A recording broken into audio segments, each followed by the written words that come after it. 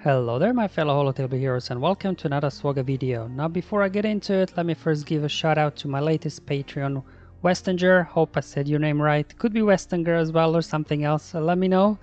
But anyway, for this one, it's finally February, so yay, no more Beskar Mandalorian feats. But hold on, it's this time we need to use Mandalorians, the whole faction, and since it's quite a new faction, probably many of us, such as myself, do not have them geared up completely yet. So in this one, let me just first show you what I could do at tier 4. So this was the highest tier that I could complete with a full Mandalorian squad here.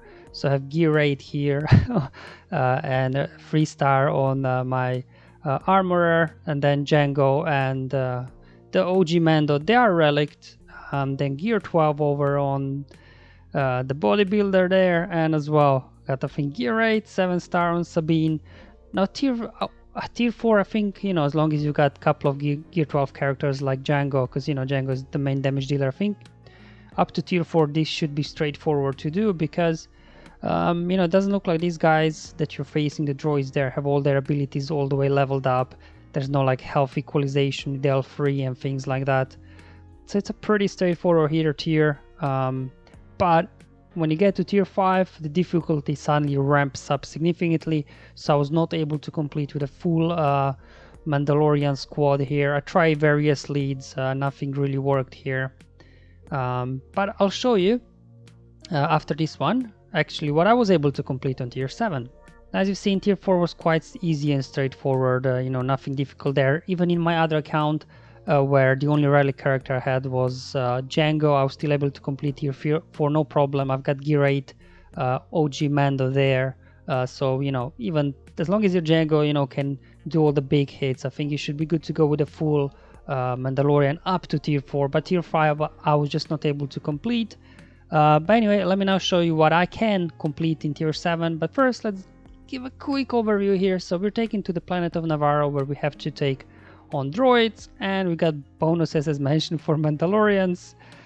And let's look at the global modifiers. So the modifier for Nevarro is you basically get Imperial Rule, and then this gives you plus 2% offense and potency per stack. So it's kind of like you got a built-in Piet in there in your team whenever you inflict a debuff. So your offense can ramp up over time, bearing that in mind. So now this is the new modifier that we haven't seen before, because this is the first time we actually have Mandalorian faction here in Galactic challenge. So whenever a Mandalorian ally takes damage, all Mandalorian allies gain a stack of clan loyalty.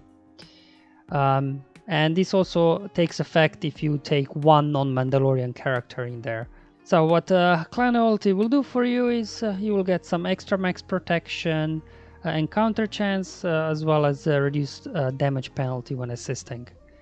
So as the battle progresses on, the more stacks you get, the harder your characters will be hitting. So it's a pretty good modifier here. And for the enemy, so for the droids, they all have extra offense, and whenever they score a critical hit, they will inflict target lock for 2 turns on your guys.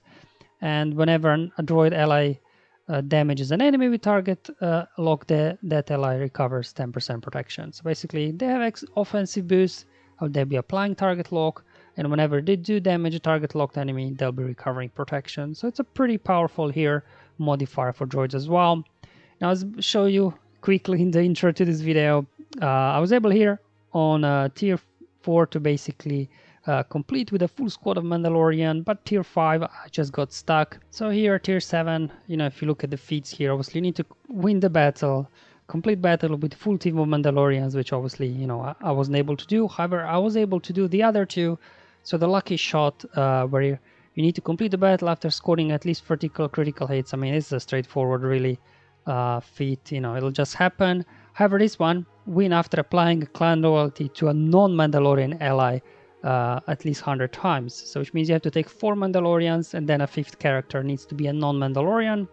Obviously, if you got a Galactic Legend, probably, maybe Rey, Kyle, or any of them, I'm pretty sure you could make it work. But as you probably know, I always like to, find a feat that uses a bit more accessible characters other than Galactic Legends.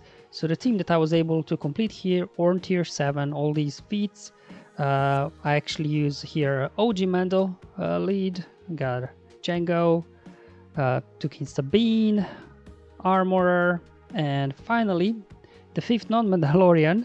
I chose Nest because, as we know, Nest with all her bonus protection, she can, you know, really tank all the hits, and as well as, you know, she's also getting stacking offense on top of her stacking offense from the clan loyalty buff. So, you know, she'll be start hitting pretty hard for there.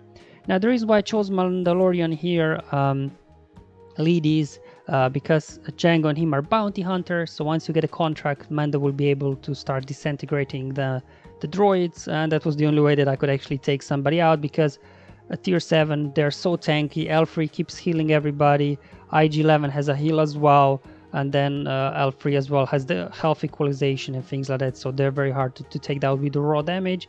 I tried with Django, but Django's contract really relies on hitting debuffed allies, and because you got both L3 and IG-11, they're cleansing constantly debuffs, it's very hard actually to get any debuff to stick long enough that you can get to contract. Whereas with Mando, you just have to critically hit enemies, so it's a bit easier contract here to fulfill.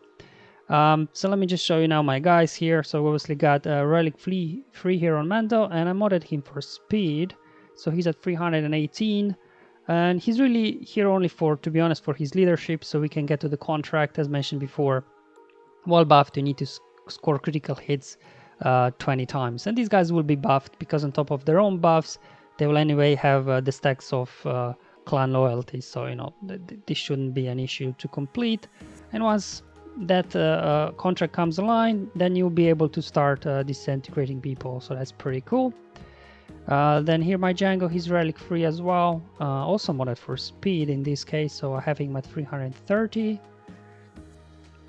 And then Sabine here, she's gear 8, 7 stars. I just have some random mods on her. To be honest, she's there just to fill in the slot, because I was trying to do that with Canderous, but because he gains turn meter and then he keeps doing multiple attacks, applying debuffs, he's just kind of feeding turn meter to L3, so I really had no use for him here. So just use Sabine here to fill in the slot. And finally here, Armor. So I do have Armor here at gear 8, 3-star, and modded her for speed, so I got her 275. And you know, she's only there really, I don't have Zeta on her, so you know, I'll be able to apply 2 stacks, which means the character that I applied to will get extra defense, extra health, and also be recovering some protection at the end of the turn. And then finally Ness here, I have her at relic free, and I just modded her for max health here and some speed. So because her bonus protection is based on max health from a character, so the higher her health is, the more bonus protection she'll be able to stack, and she'll be able to tank all the big hits from droids there. And then her basic, you know, we know what it does. It dispels, debuffs, applies, expose, can't be evaded. Her special here can stun as well, which is cool. And then we've got her AoE here that dazes, but most importantly will remove turn meter, which will allow then my armor to get in and get her buffs applied, because you know at gear 8 I wasn't able to put better mods on her, so she was really slow to 75, and often she would get killed before she got a turn, so this will help armor to get a turn. And then, you know, just a reminder here, unique here from Nest, she's got counter chance, you can ignore taunt, and whenever she's damaged she will be gaining a critical chance and bonus protection. And whenever an enemy loses a buff or debuff, Nest will gain 2% critical damage and health, so she'll be stacking her damage on top of the extra damage for clan loyalty, so by the end she'll be hitting very hard. And obviously, you know, her stacking max health as well will help her to endure all those big hits from the droids. Alright, so with all the strategy and kind of mods and things out of the way, let me just now run you through the battle here that I did. We do have slight speed advantage, luckily these droids aren't too quick here. So here I started with the AoE from Django, because remember we need to apply 20 critical hits here with Django and Mando, and obviously this is an AoE, so it counts as 5 critical hits, so that's only 25% of the contract is already fulfilled. Now Mando gets a turn, So what you will want to do now is call Django to assist, because Django will double tap on debuffed enemies. So this will be another free hits to get you closer to the contract. Obviously you do need to target here a debuffed enemy to get an extra hit from Django, and avoid attacking L3 and IG-11 because they'll be counter-attacking. And you know, they can do some big hits on you, so just try avoiding attacking them whenever you can. Alright, so let's call Django to assist now. Good.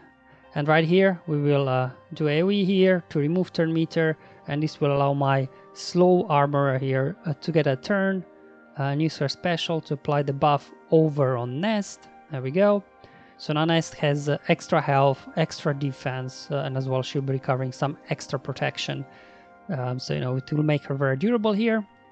There we go. Says, you know, Sabine is there just as a filler. It doesn't really matter. Now it's really cool that these guys here are counter-attacking, which will again fuel our contract. And let's do big hit here on IG-11. There we go. Because IG-11 here really is your kind of main target, because he can ability block and as well apply healing immunity. So he's kind of the biggest threat here, as well as the HK-47. He can do some big hits as well. So there we go. So just keep working towards the contract here. Alright, here comes the AoE. Alright, so Django's been taken out, but because of Bounty Hunter's resolve, he got revived. So let's call again Django here to assist. Ah, there was a dodge. Lucky dodge there. So there you go. Nest is doing great work here. Counter-attacking, dispelling buffs.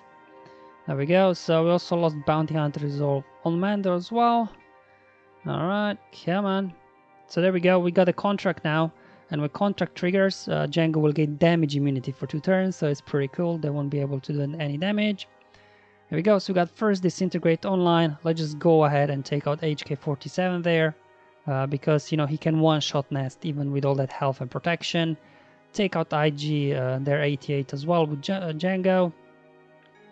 So you know, we don't need to worry about ability block and healing immunity here.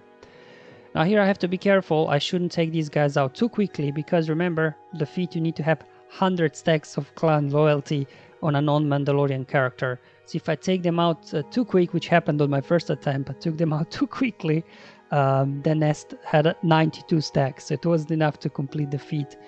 So here now on my second attempt, I just decided to a little bit slow down. Need to make sure here that Nest does get 100 stacks before we take them out. Now luckily both L3 here and IG-11, you know, they they are quite tanky, so it'll take some time to burn through them. There we go. So we're up to 62 stacks now. Just working on IG-86, because he can also do a big hit on you as well. But probably at this point, you know, the health from Nest is very high, so I'm not sure he would be able to one-shot Nest right there. But still, you know, make IG-86 your priority. Okay. As you can see, IG-11 can also apply their Foresight, so it's really cool here that Nest with her basic can dispel Foresight and still do a hit and apply their Expose. Alright, so we're up to 82 stacks now, 84. Alright, so as you can see, Nest, all those counterattacks are really doing all the work here. There we go. Let's see if we can take out IG-86. Oof, almost got him there. Now let's hope L3 doesn't come in here with a heal. Okay. Come on, take. So there we go. So we took out all the damage dealers now, so there's no worry here that Nest will get defeated here. Just need to make sure we get, there we go, we got 100 stacks now, so now we can just go ahead and try and finish this off. Obviously these two guys are tanky, they've got heals and everything, so it'll take a while. But you know, Nest got this now. Her health is so high, she keeps healing up protection as well because of the buff there from Armorer. There we go. Ooh, did you see that 170k hits? All this stacking damage from Nest and the stacks of clan loyalty is really boosting the damage here on Nest. There we go. Come on. Still, these guys, you know, they're putting up a fight. Okay, but yeah, unfortunately, as mentioned before, you know, unless you have, if you probably would have, you could do it without Beskar Mandalorian, I'm pretty sure, but you would at least need to have Armorer as well. Relic Tab there, and maybe Sabine, Canderous, just have all them, like, you know, a fully kind of stacked up team of Mandalorians. Even without Beskar Armada would still be possible, but to be honest, all these Mandalorians, apart from the Mandalorian Jango, until now they weren't all that useful, and Armorer is quite a new character, so let's hope this trend doesn't continue going forward. But anyway guys, hope you find this video useful. Let me know in the comments below or on my Discord server, but until then, have fun, enjoy life, and may the RNG be with you, my friends.